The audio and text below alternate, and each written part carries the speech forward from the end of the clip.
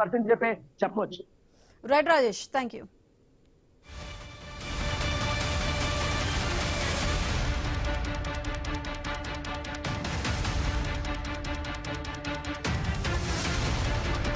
కేంద్రం మరోసారి petrol bomb పేల్చింది. గడిచిన 3 వారాల్లో 4సారి పెట్రోల్ డీజిల్ ధరలను పెంచింది.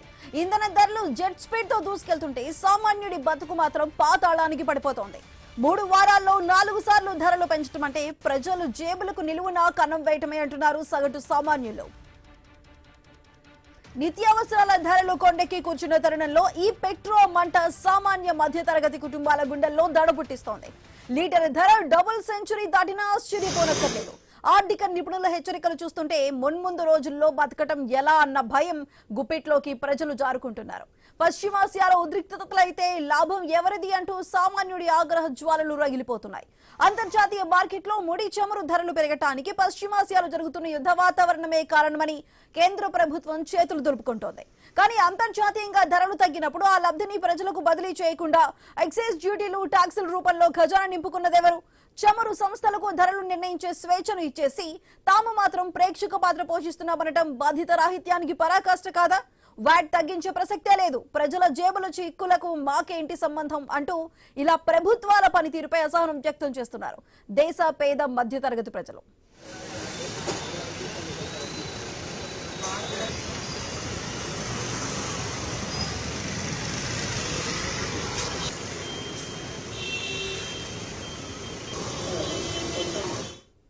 కేంద్రం సాకాటుంచితే తెలుగు రాష్ట్రాల ప్రభుత్వాల తీరు నక్క చిత్తుల కంటే ఘోరంగా ఉందనే వాదనలు వినిపిస్తున్నాయి.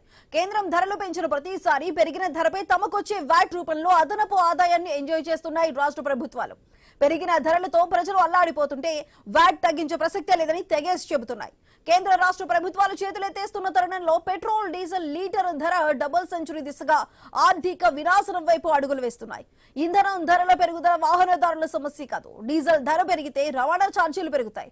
రవాణా ఛార్జీలు పెరిగితే ఉదయం తాగే పాలు, కూరగాయల నుంచి నిత్యావసర వస్తువుల వరకు ప్రతి ఒక్కదాని ధర ఆకాశాన్ని తాకుతుంది. ఆర్థిక నిపుణులు హెచ్చరిస్తున్నట్లు లీటర్ ధర 200కి చేరితే దేశంలో ఆర్థిక వ్యవస్థపై తీవ్ర ప్రభావాన్ని చూపుతుంది.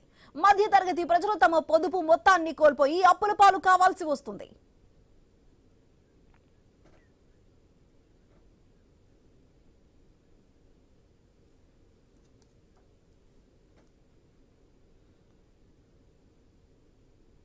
కేంద్రం మరోసారి పెట్రోల్ బాంబును పేల్చింది. గడిచిన 3 వారాల్లోనే 4వసారి కూడా పెట్రోల్, డీజిల్ ధరలను పెంచింది.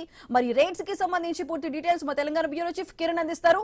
కిరణ్, చెప్పండి, ఇటు 3 వారాల్లోనే 4వసారి అంటే విడతల వారీగా ఇటు పెట్రోల్, డీజిల్ రేట్లను పెంచుతుంది. ఇటు నిపుణులు చెబుతున్నట్టు డబుల్ సెంచరీ అంటే 200 వరకు కూడా ఈ రేట్లు వెళ్లే అవకాశం ఉందని ముందుగానే చెప్తున్నారు. అదే విధంగా ఇప్పుడు ఈ రేట్లు కూడా పెరగబోతున్నాయి అనుకోవచ్చు. అసలు ఓవరాల్ గా ఎంత పెంచారు ఈసారి?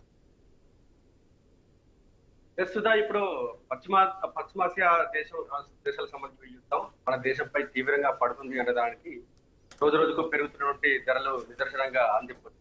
అయితే పశ్చిమాసియాలో శత్రు దేశాలు క్షిపణులతో దాడులు చేస్తుంటే మన దేశం మాత్రం ధరలు పెంచుకుంటూ పోతూ సామాన్యుడి జేబులపై కూడా సర్జికల్ స్ట్రైక్ చేస్తున్నట్టు కూడా మనకు స్పష్టంగా తెలుస్తుంది.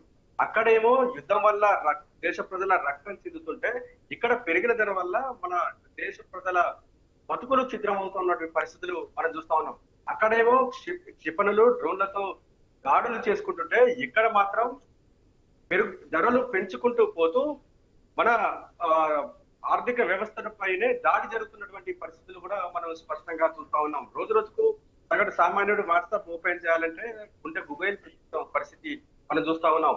గడిచిన 3 వారాలు చూసుకున్నట్లయితే 4 సార్లు పెట్రోల్ ధరలు పెంచిన పరిస్థితులు కూడా మనం చూసాం. దేని ప్రభావం?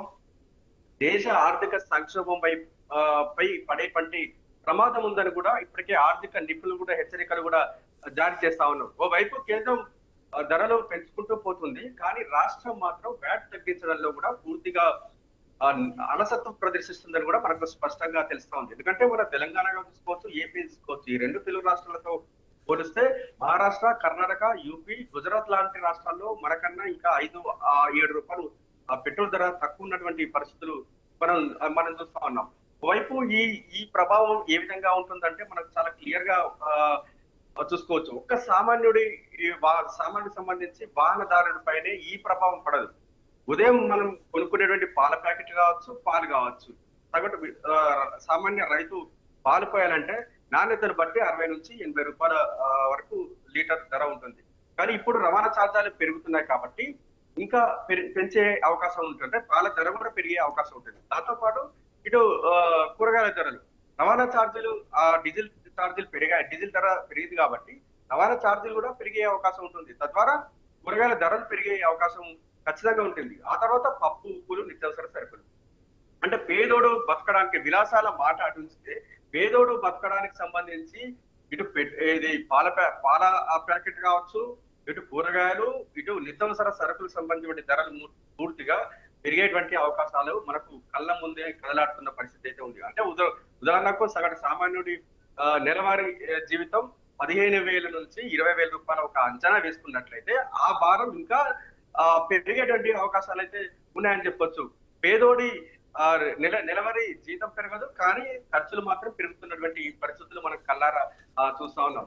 ఈ ప్రభావంతో కూడా సగటు సామాన్యుడు బండి నడిపేటువంటి పరిస్థితి లేదు. బండి వదిలి కాలినడక వెళ్ళాలి, లేకుంటే వెనకటి రోజుల మాదిరిగా కూడా సైకిల్ వాడాల్సిన పరిస్థితి మనకు రానే వస్తుంది. ఎందుకంటే ఈ వెనకటి రోజులు మళ్ళీ రిపీట్ అవుతాయని కూడా మనకు స్పష్టంగా తెలుస్తా ఉంది. ఎందుకంటే రోజు రోజుకు ధరలు పెరుగుతున్నాయి. పెట్రోల్, డీజిల్ ధరలు రికార్డు స్థాయిలో పెరుగుతున్నాయి. ఆర్థిక నిపుణులు కూడా హెచ్చరికలు చేస్తున్నారు. దేశ ప్రజలే పొదుపు మంత్రం తెరపైకి తీసుకొచ్చారు. పొదుపు మంత్రం అనే నినాదాన్ని తీసుకొచ్చారు. అంటే ధరలు పెరుగుతాయని కూడా ఆయన సంకేతం కూడా ఇవ్వడం జరిగింది. అంటే ధరలు రోజు రోజుకు పెరుగుతున్నటువంటి నేపథ్యంలో ప్రస్తుత పరిస్థితి చూస్తుంటే 150, ఆ తర్వాత 200 రూపాయలు కూడా పెరిగేటువంటి అవకాశాలు ఉన్నాయని కూడా ఇప్పటికే ఆర్థిక నిపుణులు కూడా హెచ్చరికలు కూడా జారీ చేస్తా ఉన్నటువంటి పరిస్థితి అయితే ఉందని చెప్పొచ్చు. ఈ ప్రభావం దేశవ్యాప్తంగా పేద మధ్యతరగతి ప్రజల ఆర్థిక పరిస్థితిపై ప్రభావం పడుతుంది.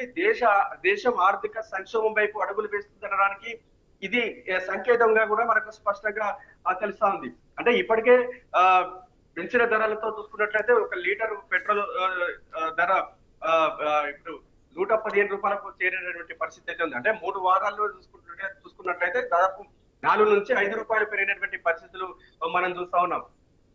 మరోవైపు ఇటు ఏదైతే పెరిగిన పెట్రోల్ ధరకు సంబంధించి ఇప్పుడు రవాణా ఛార్జీలు కూడా పెరిగే అవకాశం ఉంది.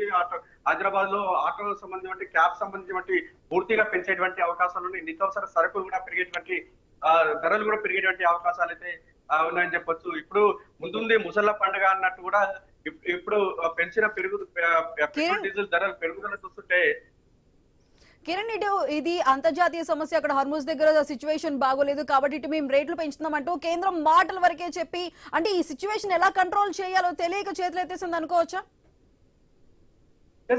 మీరు అన్నట్టు నిజంగా ఒక పరిస్థితి చూస్తుంటే కేంద్రం చేతులు ఎత్తేసి పేదోడిపై భారం మోపుతున్నట్టు కూడా మనకు స్పష్టంగా తెలుస్తా ఉంది. ఎందుకంటే ఏదైనా ఆర్థిక విపత్తు వచ్చినప్పుడు, ఇటువంటి విపత్కర పరిస్థితి వచ్చినప్పుడు కేంద్రం భారం వేయాల్సి ఉంటుంది. ఎందుకంటే పెట్రోల్ పైన కావచ్చు, డీజిల్ తో పాటు ఇటు గ్యాస్ సంబంధించి, ఎందుకంటే పేదోడికి ప్రతి పేద మధ్య తరగతి ప్రజలకు కూడా ఇవి చాలా అవసరం కాబట్టి కేంద్రం భారం మోయాల్సి ఉంటుంది. కానీ ప్రస్తుతం పరిస్థితుల్లో కేంద్రం చేతులు ఎత్తేసింది. కానీ రాష్ట్రమైన వ్యాట్ తగ్గిస్తుందా అంటే పరిస్థితి మాత్రం అది ఏమాత్రం తగ్గించే పరిస్థితి కూడా ఏమాత్రం లేనట్టుగా మనకు స్పష్టంగా తెలుస్తుంది. అంటే ఇన్ని సార్లు, అంటే పశ్చిమాసియా యుద్ధం మొదలైనప్పటికీ కూడా అప్పటి నుంచి దాదాపు 6 సార్లు పెట్రోల్ ధరలు పెంచినప్పటికీ కూడా ఎప్పుడు కూడా రాష్ట్ర ప్రభుత్వం స్పందించినటువంటి పరిస్థితి లేదు. విపత్కర పరిస్థితి ఉంది కాబట్టి అర్థం చేసుకుంటాం అన్నటువంటి ఈ సోయి కూడా ఈ రాష్ట్ర ప్రభుత్వాలకు లేనట్లు కూడా మనకు స్పష్టంగా తెలుస్తా ఉంది. 6 సార్లు పెట్రోల్ డీజిల్ ధరలు పెంచినప్పటికీ కూడా, గ్యాస్ ధరలు పెంచినప్పటికీ కూడా ఎప్పుడు కూడా రాష్ట్రం వ్యాట్ తగ్గించినటువంటి పరిస్థితి లేదు. కానీ సీన్ చూస్తుంటే ఒక కేంద్రం పైనే భారం అంటే కేంద్రాన్ని నిందించలేము, కేంద్రాన్ని ప్రశ్నించలేము. కానీ రాష్ట్ర ప్రభుత్వం వైఫల్యం కూడా ఇక్కడ మనకు స్పష్టంగా పుట్టొచ్చినట్టు కనబడతా ఉంది. ఇప్పటికే పెంచిన పెట్రోల్ ధరల నేపథ్యంలో సగటు సామాన్యుడి జీవితం అయితే ఛిద్రమవుతున్నటువంటి పరిస్థితి అయితే ఉంది. ఇంకా పెరిగే అవకాశాలు ఉన్నాయని ప్రచారం జరుగుతున్న సంకేతాలు వినిపిస్తున్నటువంటి నేపథ్యంలో ఇంకా సామాన్యుడి బతుకు ఏ విధంగా మారుతుంది అనేది కూడా చూడాల్సి ఉంది. Right Kiran, thank you. So కేంద్రం మరోసారి పెట్రోల్ బాంబును పేల్చిందని చెప్పాలంటే ఈ 3 వారాల్లో